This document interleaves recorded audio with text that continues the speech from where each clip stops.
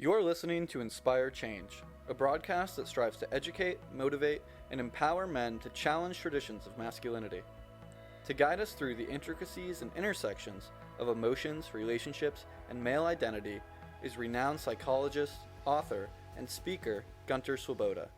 This is Inspire Change. Before I begin the actual podcast, I would like to respectfully acknowledge the Gadigal people of the Eora Nation, who are the traditional custodians of the land on which I work. I would also like to pay my respects to their elders past and present. Welcome everybody to another episode of Inspire Change with Gunter. I'm your host. For those of you who tuned in for my 200th podcast, Season 5, Episode 200, let me thank you. We've hit a major milestone. We've hit over 10,000 downloads per day per week. So that is fantastic, and I just want to reach out and thank everybody for tuning in. I hope what I'm doing is helping you to make a difference in your life and other people's lives. That's the whole point. The mission is to inspire change, positive, constructive change. Okay, so those of you who listened, I want to also thank Dr. Mark Williams for a spectacular contribution to the podcast. It's always a pleasure to be able to talk with him, to have a rant, to have a rave, and always from a psychological and neuroscience perspective. There is still an enormous amount of knowledge to be gained in the work of psychology and in the work of neuroscience. And certainly Mark is a tremendous contributor in that space. So again, Mark, I know that you listen to the podcast. A very grateful thank you. And until the next time we get together again for another one of our hour-long conversations about whatever makes neuroscience and psychology tick and adds constructively to our lives. Now, the episode before that, 199, I actually touched on the whole issue of the Manosphere. Okay, and so for those of you who are tuning in for the first time, part of this podcast is fundamentally about making good men great. And the rest of it is I want women to tune in, because if this helps you to understand better what men are about and how men function in relationships and how you would like them, to respond to you and how you can respond better to men, I think this is a really important area. Over the last maybe decade, there's been a burgeoning echo chamber emerge about masculinity and toxic masculinity and patriarchy and so on. Now, as you know, listening to my podcast, the tack that I take is that fundamentally men have been socialized, and so have women, in a patriarchal ideology. And, I won't go into this more detail here. If you're looking to get more of an understanding, please check out other podcasts that I've done on the topic, and certainly take a look at my work on my web pages, and also my book, Making Good Men Great: Surfing a New Masculinity.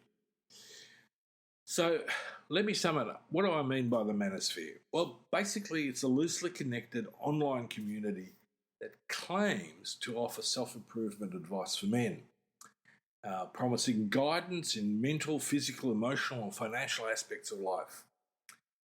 However, there is a big however. We need to question its underlying ideologies and the approaches that have come about in this space. And, they have faced significant critique, because they're not exactly positive. Much of it has had a negative impact on individuals and society. And so let me go through very specifically a summary of those critiques. Now, the first one is that the Manosphere is fundamentally misogynistic and gender bias. In other words, it's still patriarchal. The manosphere often fosters these beliefs and traditional gender roles. Me, big man, everybody else not so big. And I'm not being facetious. It's very much an us and them. And if you're not in their space an alpha male, then you sort of don't rate. So it's as toxic for men as it is for women in many respects, or for any other minority group. The under this particular heading, it perpetuates harmful stereotypes about women, usually viewing them as inferior, and then they objectify them. So this is particularly the case with the pickup artists.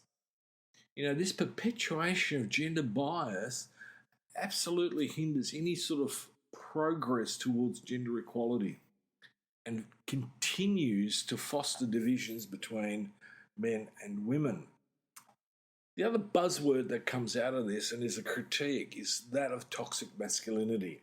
Now, if I've expressed in other podcasts that I'm not that keen on that term. However, I will use it.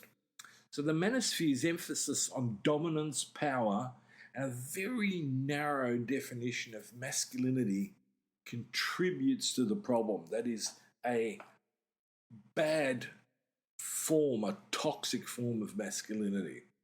It discourages emotional expression. It definitely is down on vulnerability and certainly doesn't encourage healthy communication amongst men. Again, what we're doing in this space is we're dick swinging. So this can lead for a lot of men fundamentally to mental health struggles and very, very strained relationships. And this rolls on further into that it has a negative impact on self-esteem. The idea that there is such a thing as an alpha male and its narrative is where men are encouraged to assert dominance over others. And so this can sort of leads to a constant need for validation and therefore reduces your sense of yourself, your relationship with yourself.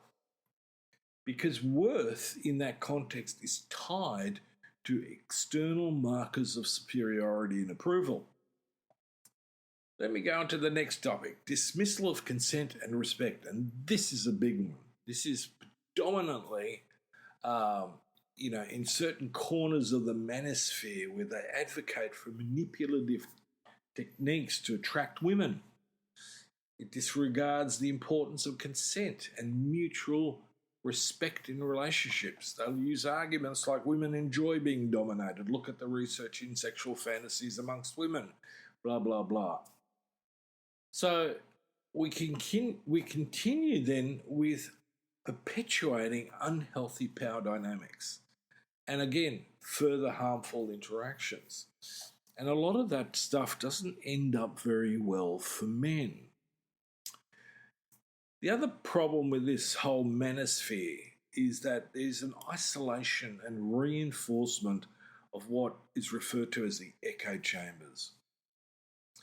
Harmful beliefs go unchallenged, and this is a serious problem. So this isolation fundamentally prevents exposure to diverse perspectives and inhibits personal growth and empathy, right? So the whole point is to be able to put ourselves into someone else's shoes. The other critique of the manosphere is that it comes at the exclusion of LGBTQ plus and non-normative identities. So we fundamentally perpetuating heteronormativity in this space. So basically what that means is that, there's one size and that fits all, and it should fit all. If you're not happy with it, there's something wrong with you. So it reinforces a very narrow, limited understanding of gender and sexuality. And that is a problem because essentially it's not backed by science. The other critique that's leveled at the manosphere is fundamentally a lack of accountability. It lacks accountability mechanisms for its advice and for its narratives. So the unfortunate thing in this is that very young males, often teenagers, get drawn into this space and are exposed to pseudo-scientific claims and extreme ideologies that are often presented without any evidence or critical examination. Now, I'll give you a couple of um, examples of that. So the biological differences between men and women. Okay, that's fairly obvious. But then we get into slippery territory because sex now is often equated with gender and vice versa. So gender is a social construct. Sex is a biological reality. Okay? So that doesn't mean we can't express our sexuality differently. Okay, so some people are heterosexual, some people are homosexual, some people are lesbians, some people are bisexual. So it's an important thing to consider because scientifically the evidence is that most people can be quite fluid. In my experience, clinically, I tend to think women are probably a bit more flexible about their sexual orientation than men. Men tend to be much, much more hardwired, although there are some debates about, what is sexual orientation, and some argument rests on the fact that sexual orientation is something that you have for life. It's not necessarily fluid. Not sure about that. In fact, I'm sort of going back on the argument that, especially amongst some women, they're often quite okay with being in a heterosexual relationship and then moving into a lesbian relationship. And I'm open to being challenged on that, but I still think the science is still sort of out on that number. Okay. Um, the other claim that's often made is that, well, women are more emotional and men are not as emotional. And, that's a problem when women are more emotional because they're not as rational either. All of that stuff is rubbish. There's fundamentally very little difference. Even if we look at the neurology of the brain, you can't tell a male brain from a female brain. Even if you do some very neat dissecting. Okay, so, a lot of the sort of constructs that have been placed in front of us in the manosphere about how men and women operate differently and they need to stay in their own domains is not sustainable. There's a lot of intersection. Yes, it's true that fundamentally men, biologically, physically, are about 25% on average stronger than women. But that doesn't mean that women can't find a way to, exercise, where they're pushing their musculature to peak performance. Right? But the other part to this is that women can offset physical strength with agility and with some smarts. Right? We can train women in martial arts and they can become, by and large, fairly equal as fighters to most men, especially untrained men. There's been a few examples of that in, the media, social media, about where some dude thought he'd take on this woman and then suddenly discovered to his own detriment that this woman absolutely wiped the floor with him because she's a martial artist or, a cage fighter.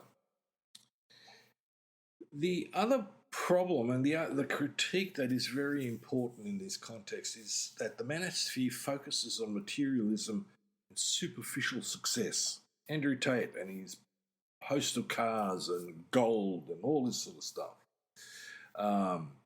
Again, we're coming back to the focus is on achieving external markers of success, which gives you what I refer to as acquired narcissistic tendencies.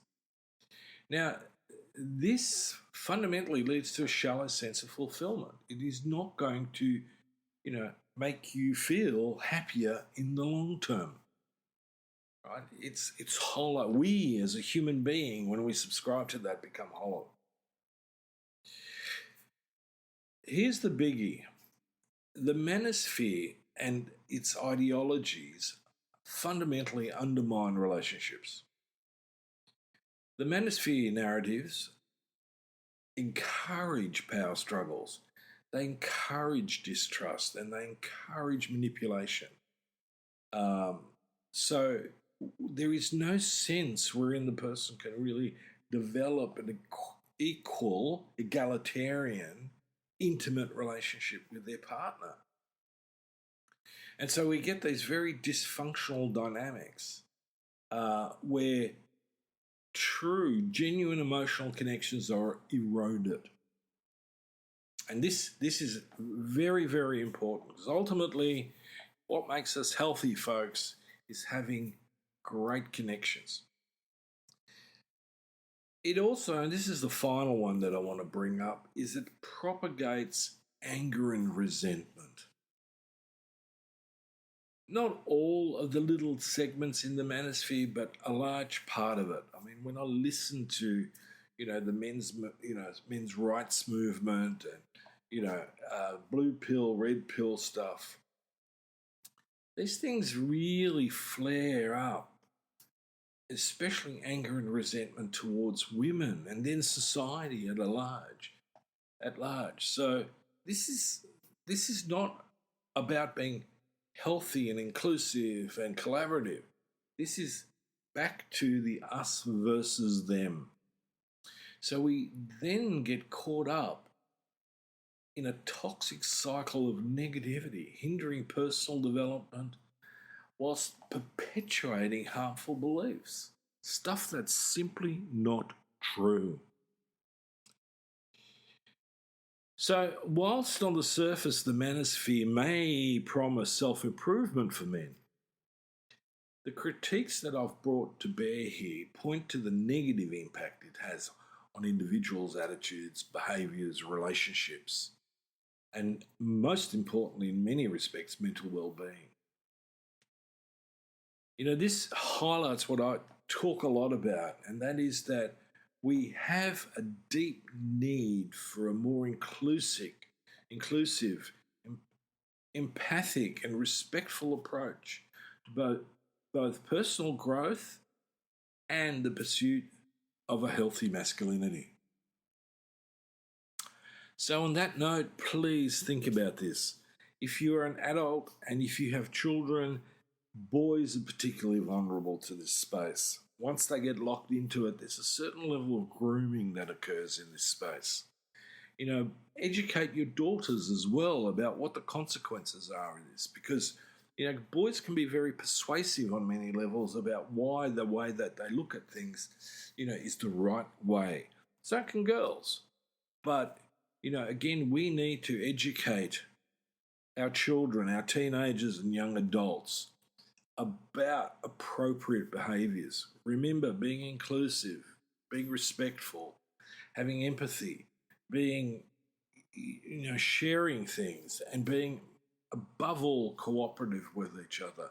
They are the cornerstones of a healthy society. So I hope I'm leaving you with some really solid food for thought on this particular topic. I'm probably not going to come back to it for a little bit. One of the things that I want to lead into in the next podcast is actually doing a bit of a dive into the knowledge space. What is knowledge and how is it used?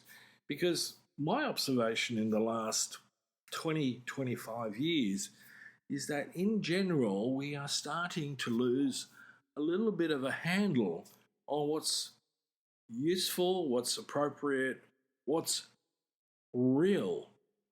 Someone's opinion is not a fact. A fact is also not opinion. So we need to be very careful about what we attribute to the whole concept of knowledge. And then, the little cherry on top. And what is it that makes us wise? And on that note, this is me signing off until the next podcast.